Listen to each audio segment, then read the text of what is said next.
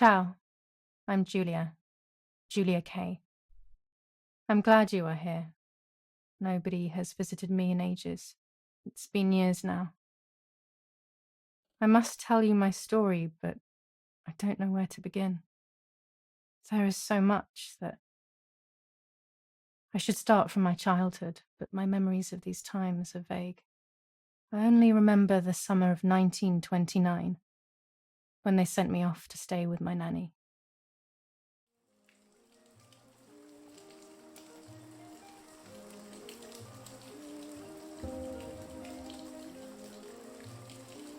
Nanny, will you tell me the story of the White Lady? No, little sparrow. Not tonight. A fog is coming, see? Yes. I know that when it's foggy, the lady kills young women. But why is she so evil? You see, Giulia, pain and suffering can make us do evil things, even if we're not actually bad. Just like soldiers have to kill other soldiers. I like the lady, I've decided, Nanny. She must be in so much pain. The poor dear. She still scares me a little, though. Soon I'll be a young woman, and she could kill me. Does she kill those who love her? Of course not. That makes me feel better because I love her. But what about Martha? Would she be in danger? Your sister is with your mother, so do not worry. Do you miss them? No. I mean, yes, I miss Martha a little, but I love spending time with you. Now, go to sleep, little sparrow. It's getting late. Okay, Nanny. I'll go to sleep and dream of the lady. Was she beautiful? She was beautiful. Yes, very much so. Then she'll be beautiful in my dreams. And will I be beautiful just like her? You'll be even more beautiful. Listen, Nanny. Since the lady won't harm me because I love her, and since you're not a young woman, could you tell me her story, even if it's foggy outside? Please. Oh, please, then I'll sleep. I promise. Oh, all right. You always get your own way.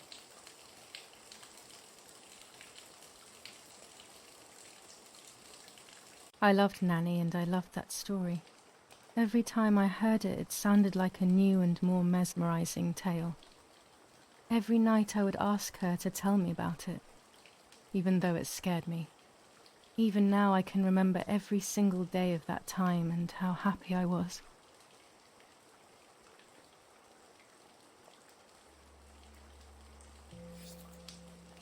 According to an ancient legend, the lakes of the area are haunted by the spirit of a young woman who was killed by the man she loved.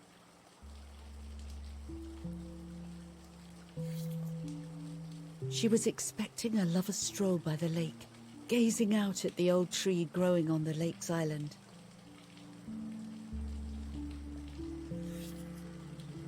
So much hope and desire, but death, not love, was awaiting her.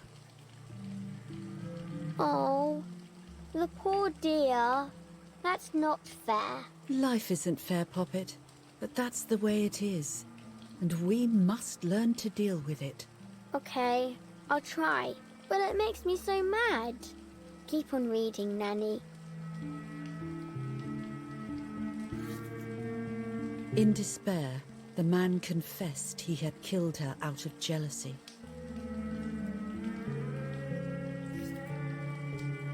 So he was hanged on the small island, in the middle of the very same lake where he had killed the girl.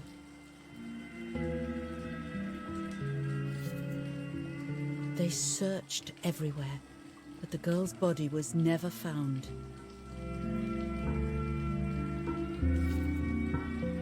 Since then, her spirit, known as the White Lady, has been imprisoned in the depths of the lake.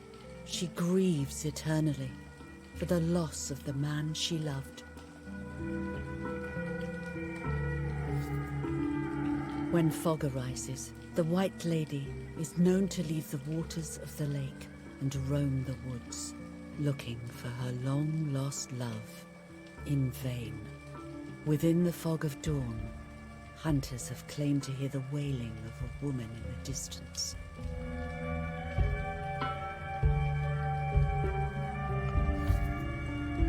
Every time the sad memory of the night she perished stirs in her soul, she takes the life of a young woman by slaying such a life in its youth. Even just for an instant, the lady feels free from the burden of her pain.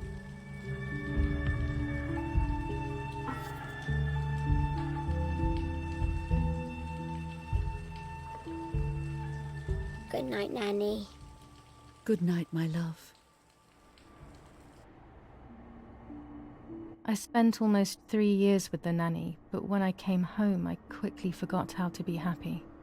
My memories did not return until 15 years later, in 1944, when I stayed in that house. I enjoyed setting up cameras in the woods by the lake. My father created a device that attached to the cameras. It would make them take pictures at set intervals. I was trying to photograph animals, or whatever else was in that damned place.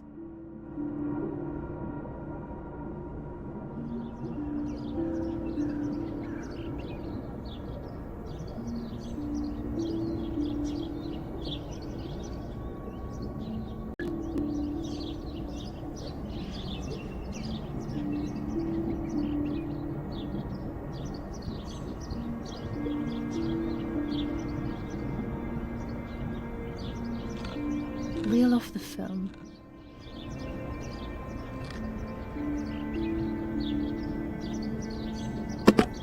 Open the camera. Remove the old roll of film.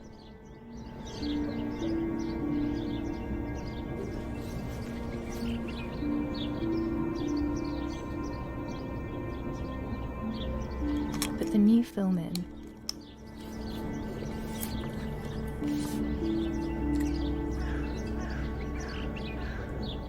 Close the camera. Load the film.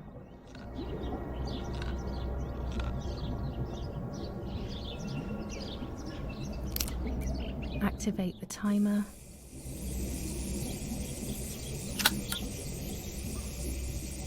Almost ready. Now to bring the image into focus.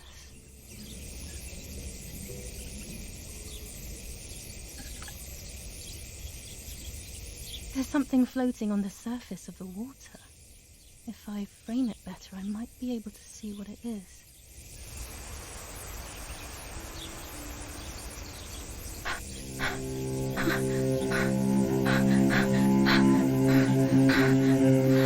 What? Is that a person?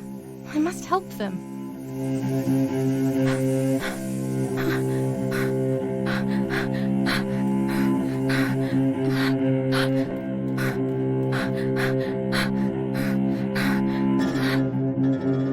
I was horrified at the idea that someone might have drowned in my lake. The lake was my world, where I would spend entire days daydreaming. I would lose myself in my thoughts, but that was a rude awakening. So terrible.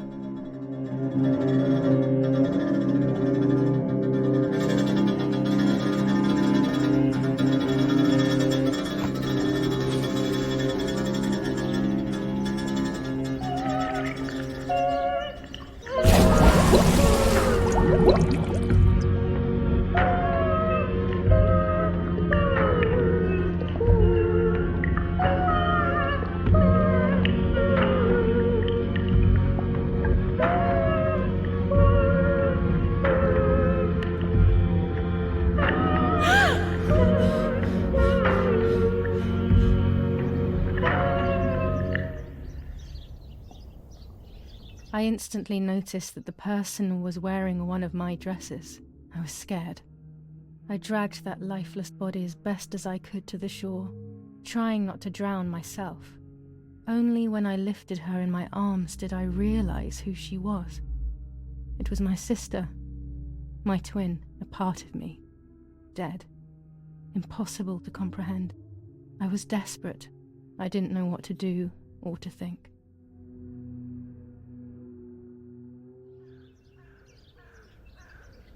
I have to stay calm. Martha is not dead. It's not possible. It's not true. There's no need to worry. Everything is fine. Everything will be fine. I have to stay calm. Martha is not dead. Martha, February 26th, 1923.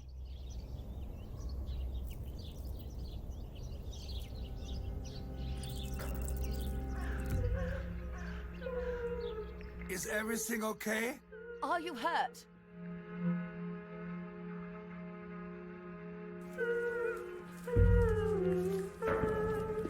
What are you doing? Go, Eric! Run!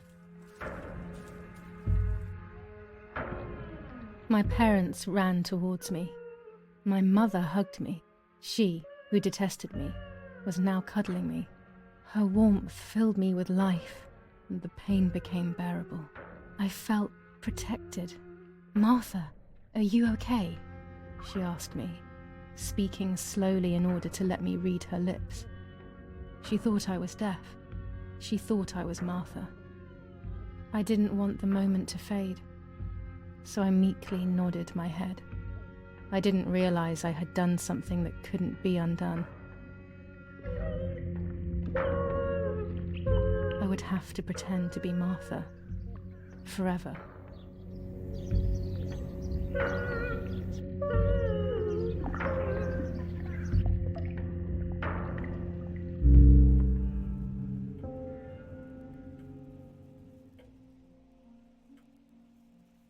O Lord, who gives life to the dying, let your sacrifice of love be offered for Martha's soul. Into your hands I also entrust my spirit, so that I may be reunited with her in perpetual light, to never suffer the desolation of purgatory. Please grant her eternal rest, O Lord, and may eternal light shine upon her.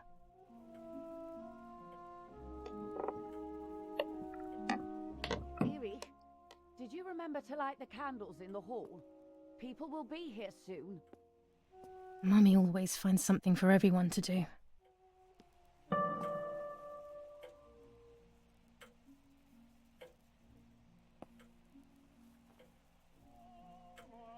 Daddy's oboe.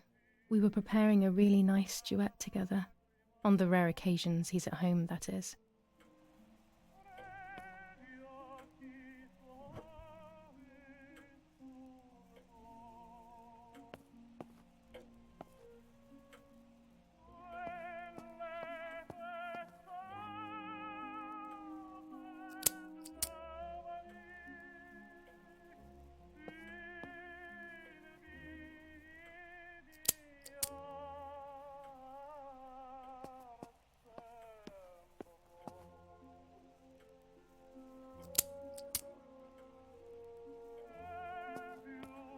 When you're done, can you come and get the flowers, please?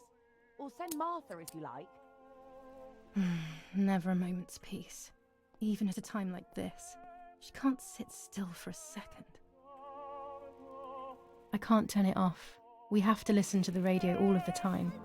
Any news and announcements can be vital.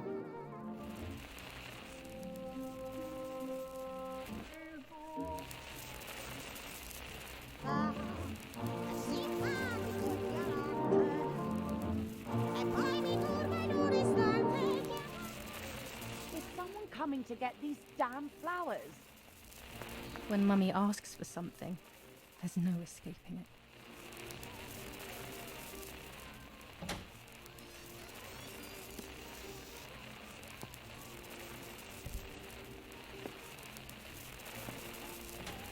Everything always has to be perfect with her.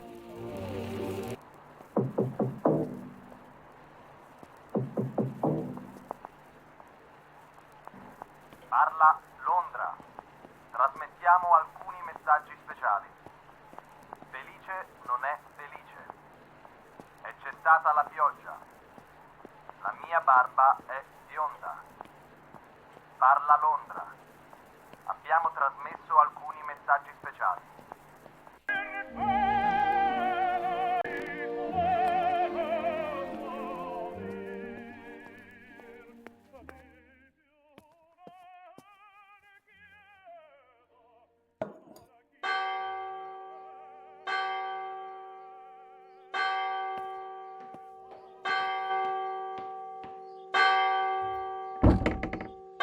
happening?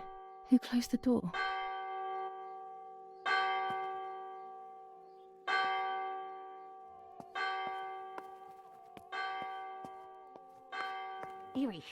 Erich, wake up. Do you think it's appropriate to sleep here, of all places? What? Yes. I must have fallen asleep. What are they talking about? You can't stay here forever. Why don't you go to bed? No. I want to stay with my daughter. Your daughter? Your daughter? You have another daughter, you know. The one who's still alive. Remember? What are you talking about, Irene? Giulia is dead. What kind of comment is that? How can you? You should be thinking about Martha. Giulia harmed Martha. You know that, right? And as if that were not enough, she has now also abandoned her. It's the same old story. Everything is always Giulia's fault, isn't it? Her fault for Martha being deaf and for you being infertile. Do you think it's the right time for this? Giulia is dead, Irene. Dead. Someone killed her. Do you realize that? Of course I realize. I get it. Do you think I'm stupid? No one understands it better than me. She always brought problems. Only problems. It would have been better if she hadn't been born at all. You're crazy. I'm the crazy one? Me?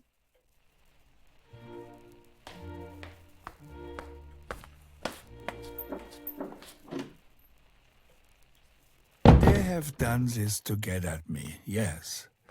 Your death is all my fault. All I could ever do for you was hurt you, Giulia. My poor, sweet, crazy girl. What will I do without you? What will life be like now? All the time I didn't spend with you. But now I'm home. We can go fishing together. We can take pictures of butterflies. No. We can't do anything together anymore, can we? Nothing. I miss you, Giulia. I miss you.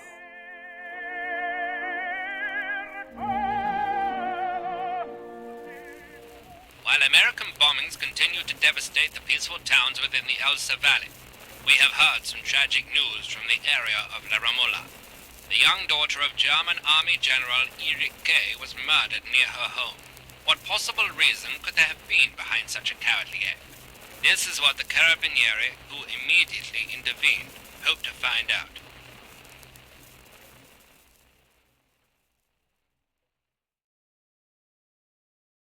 Mother didn't seem to suffer from the situation. All she cared about was that my death was so painful for Martha. But not having me around anymore must have been a great relief to her. At the end of the day, it was better for everyone that it was me who died. And it was better for me too that people thought that. But the guilt began to consume me. That's when I started having horrible nightmares.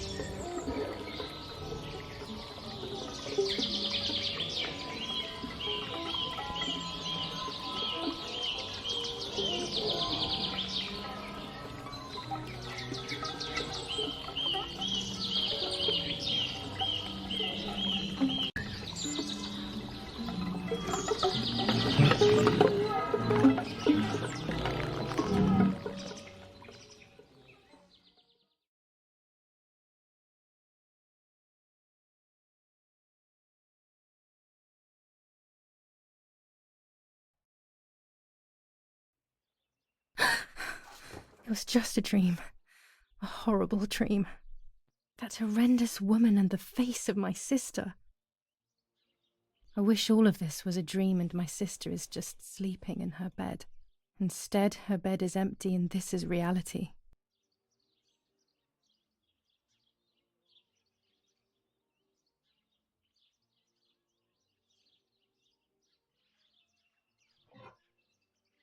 This is Martha and me at the festival of the patron saint. It was only a few months ago, and now...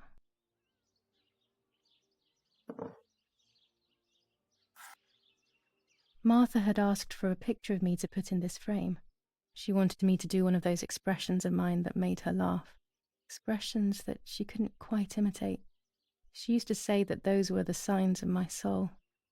Can a photo capture the soul? Can I capture Martha's soul?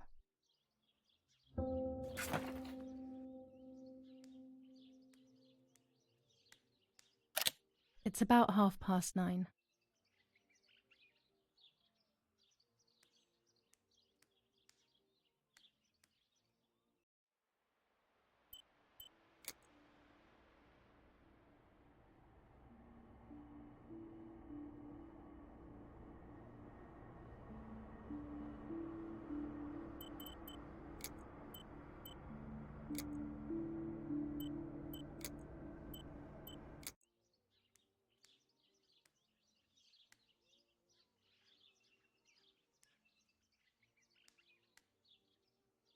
Our beautiful home. In spite of everything, I prefer being here.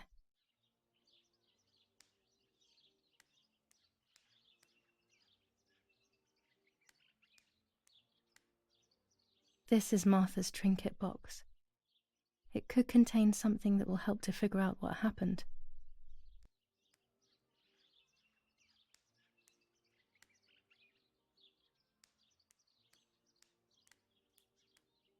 It's July 18th. It's about 9:30. I always keep my trinket box locked.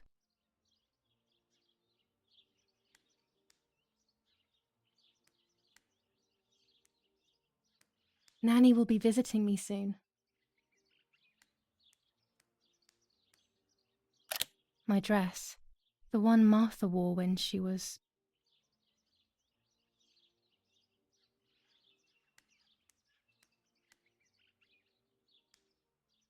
Can I be Martha without her clothes? Mummy never wanted us to swap, so I don't know how she will take it. I could wear Martha's clothes instead, in the other wardrobe. This dress is only for special occasions.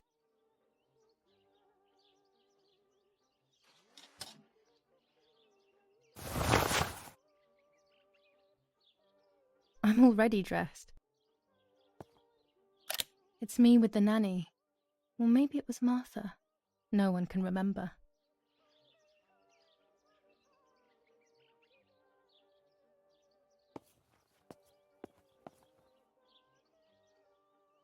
Everything I need is always in my bag.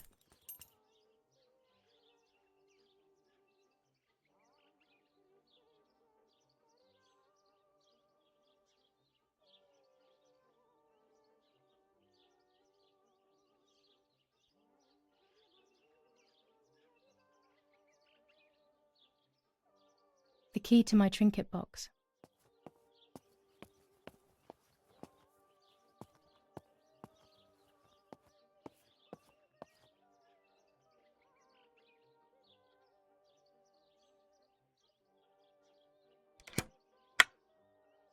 Here is my diary.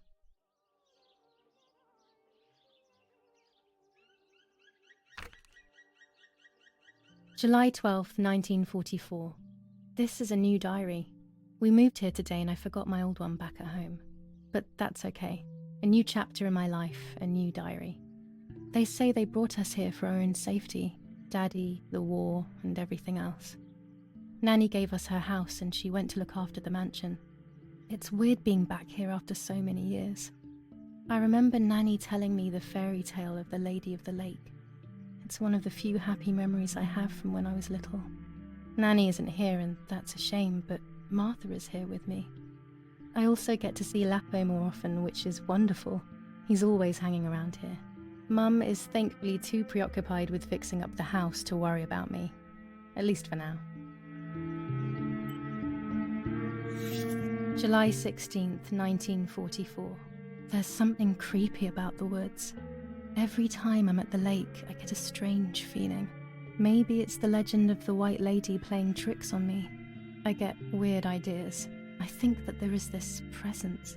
Then I think I'm just being crazy. Anyway, crazy or not, I want to take some pictures. I'm not scared. In fact, I'd say I'm excited. I've made arrangements with Martha. She's coming to the lake with me tomorrow to set up 2 new cameras with timers, and we'll see what we can photograph. Not before a good swim, of course. To be honest, Martha doesn't like photography all that much, and recently she's gone off swimming too. But she does like spending time with me by teasing me. Then, when she gets bored, she disappears into her books, and I do my own thing. We feel right when we're together. July 16th, 1944.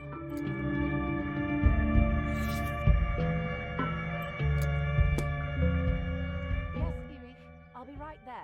I'm just going upstairs to call Martha down for breakfast. Fine, but I'm not sure we should let her sleep all day. What do you think? What did you say? Okay, I won't wake her up. I'll just turn on her light. So when she wakes up, she'll know when to come down for breakfast. They really think I'm Martha and I can't hear them. I need to be careful not to talk, or I will be in serious trouble.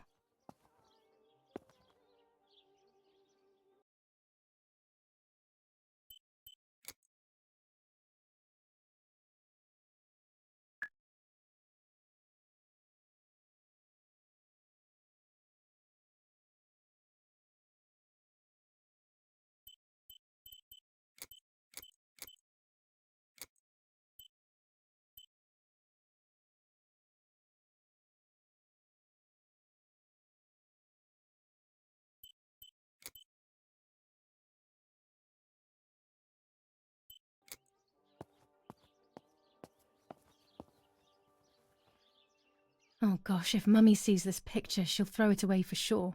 It's me and Lapo. I want to see him as soon as possible so we can mourn Martha's death together. The butterfly collection that Daddy made for me.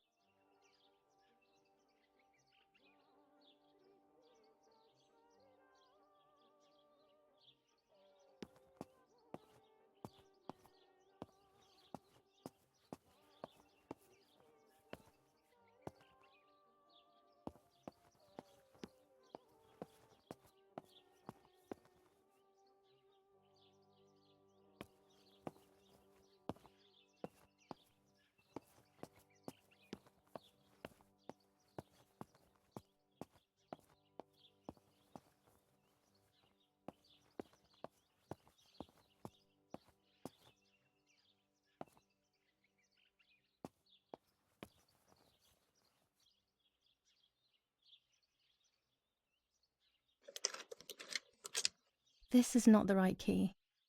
I must get her key if I want to know what's inside her trinket box.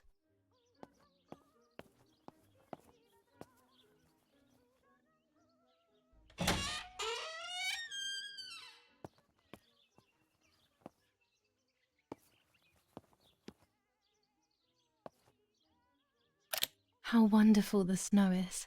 Unfortunately, it doesn't snow often around here.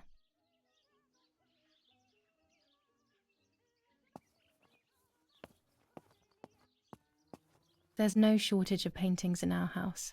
Mum is passionate about painting.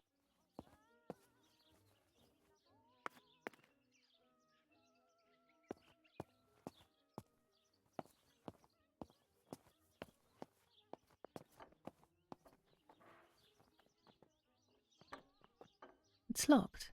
Strange. Why did they lock my room?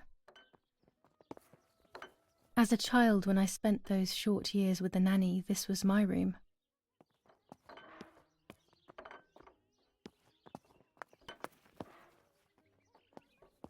Martha's breakfast is ready. We can go. Yes, yes. It's getting late. Did you leave the newspaper for Martha? You know how much she likes reading it. Yes, Irena. It's on the table, can't you see? And that camera, are you leaving it there? Yes, Irena. Can't you leave it there for a few more days? Do you mind? It was for Giulia. I will take it away soon. I promise. The thought makes me so sad. Seeing it there is as if... I don't know how to explain it. All right, but let's go now.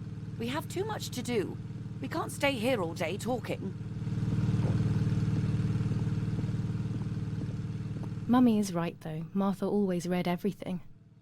It's me who will now read the newspaper instead. They'll be out all day. The funeral preparations will take them a long time. Everything is more complex with the war. Over the next few days, I will see little to nothing of them.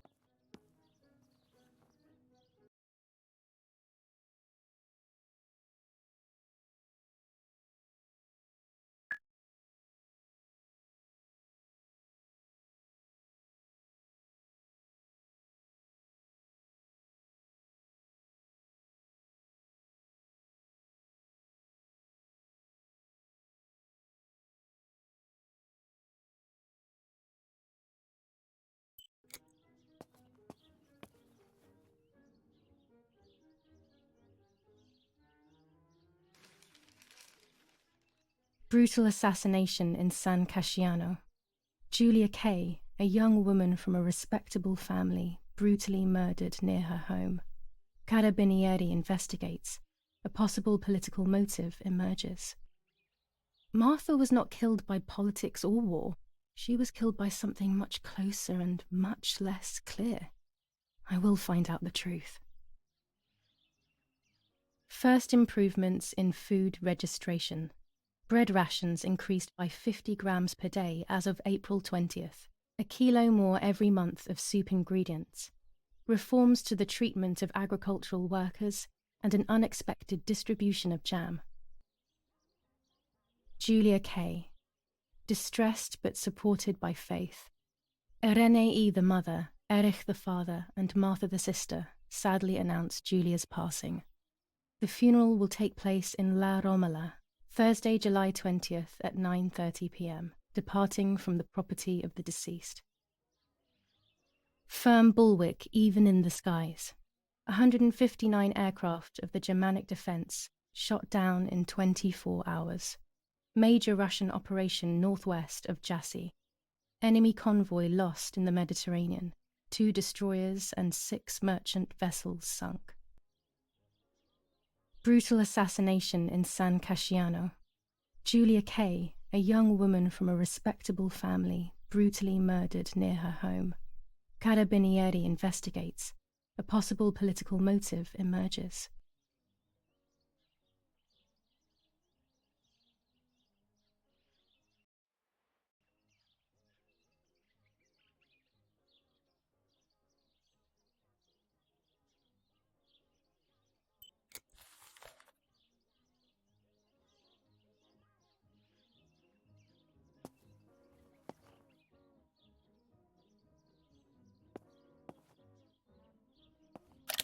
These are our vineyards.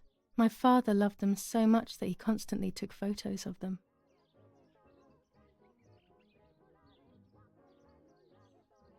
Bread, butter, jam, and coffee.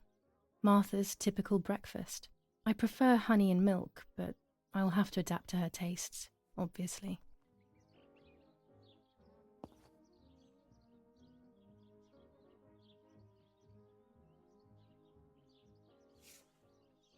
For Giulia, to take more and more photos, Dad.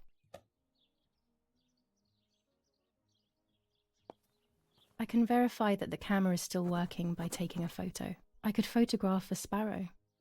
There are so many of them out here. Chocolate, a privilege for few people in these times. There might be birds around the little wall in front of the house. I always put crumbs on it for them.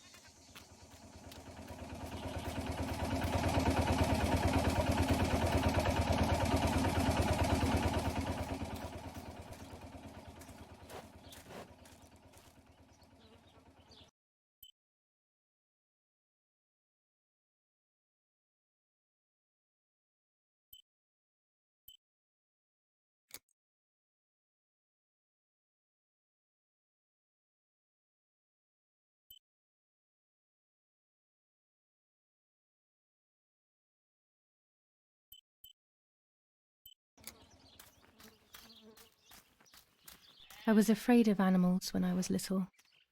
I never approached them alone.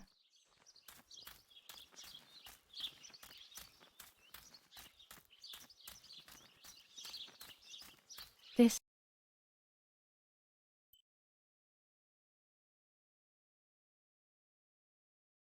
is the centre of our farm, but since we moved here, it hasn't worked like it used to. Security matters, Daddy says.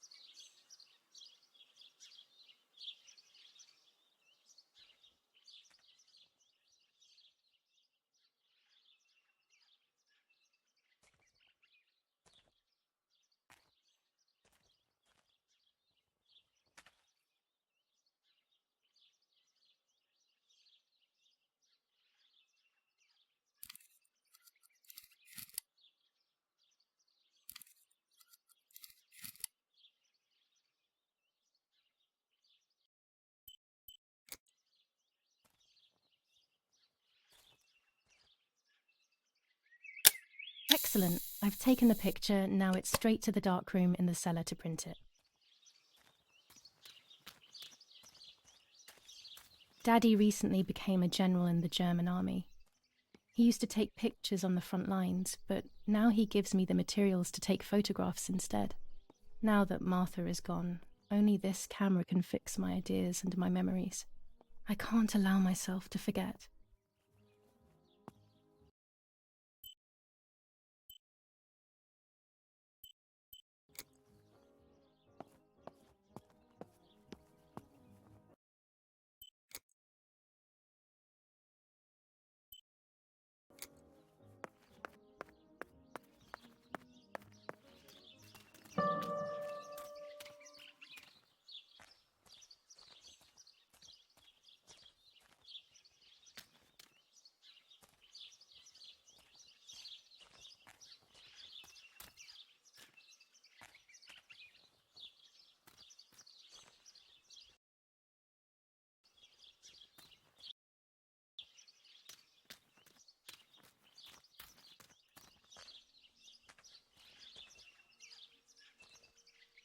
My bike. The wheel is deflated as usual. A bicycle pump will solve this.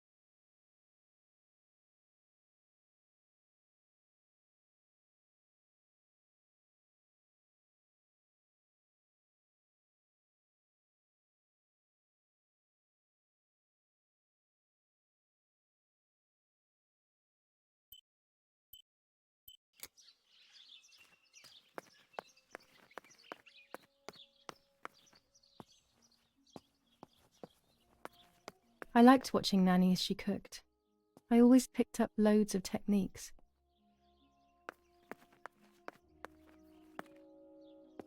We are so lucky. In these difficult times, pantries are empty and people are going hungry. But with a German general for a father, food is never scarce.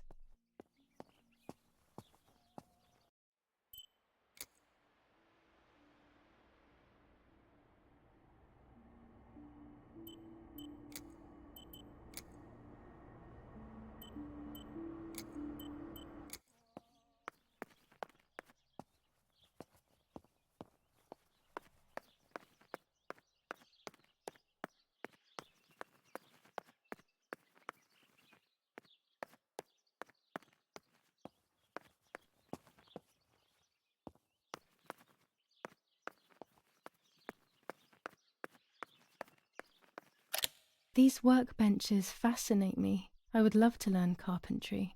This is where Nanny's husband made my dolls. The puppets I used to play with were made here. I never knew that when I was a child. They always told me that a fairy brought them. I didn't really believe them, but it was nice to think that.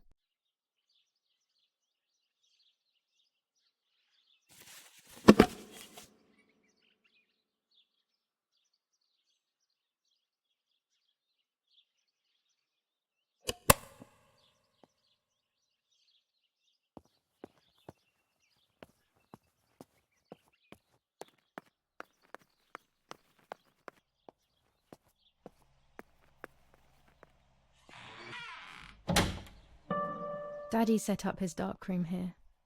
He doesn't take photos anymore because of his work, but photography is still his true passion. I'm allowed to use the darkroom when I want to.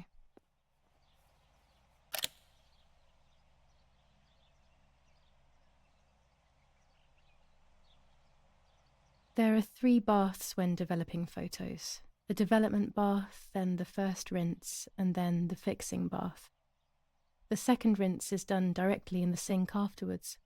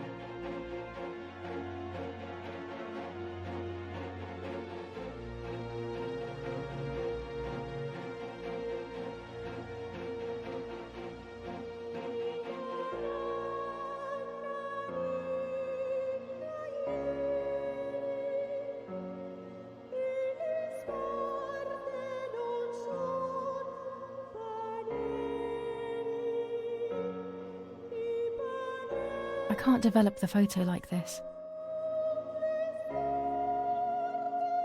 I can't develop the photo like this.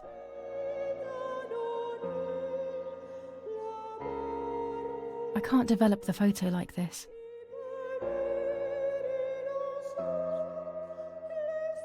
I can't develop the photo like this. I can't develop the photo like this.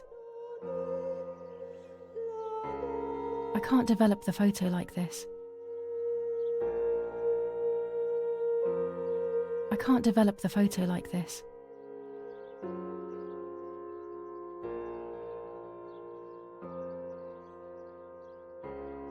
I can't develop the photo like this.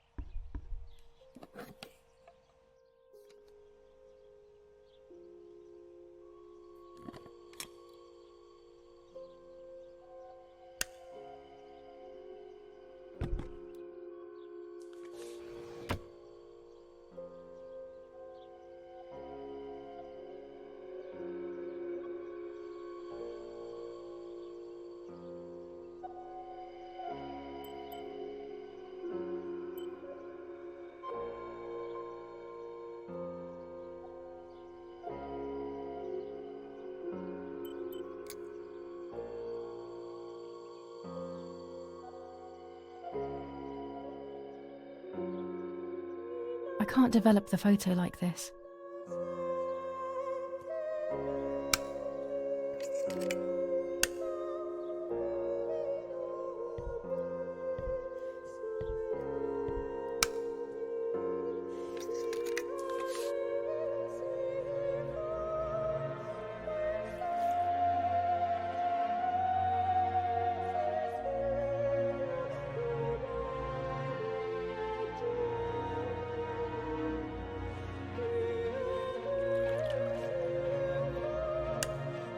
Not a bad photograph.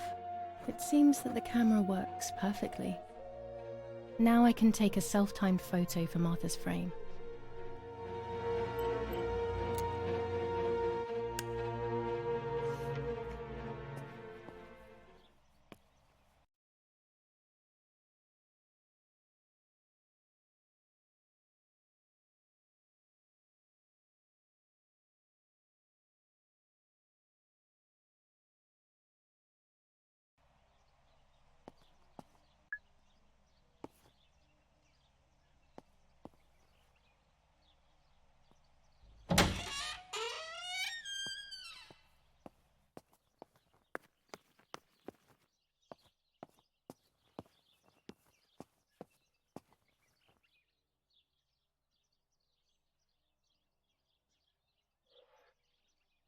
These could be of use to me. Mummy's medicine. Will they do her any good?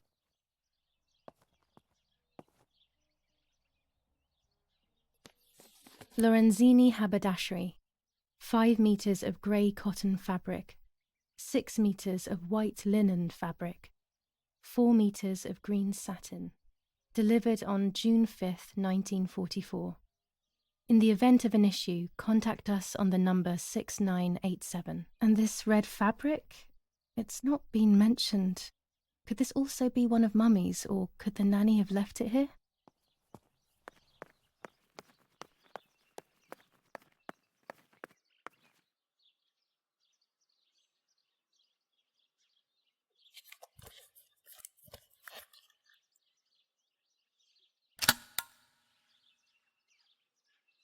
Camera is set up with the self-timer.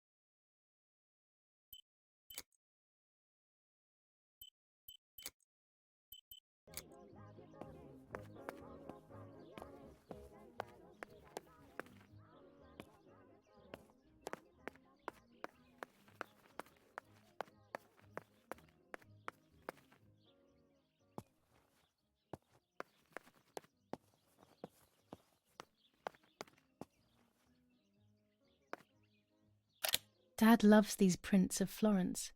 I find them a bit sad.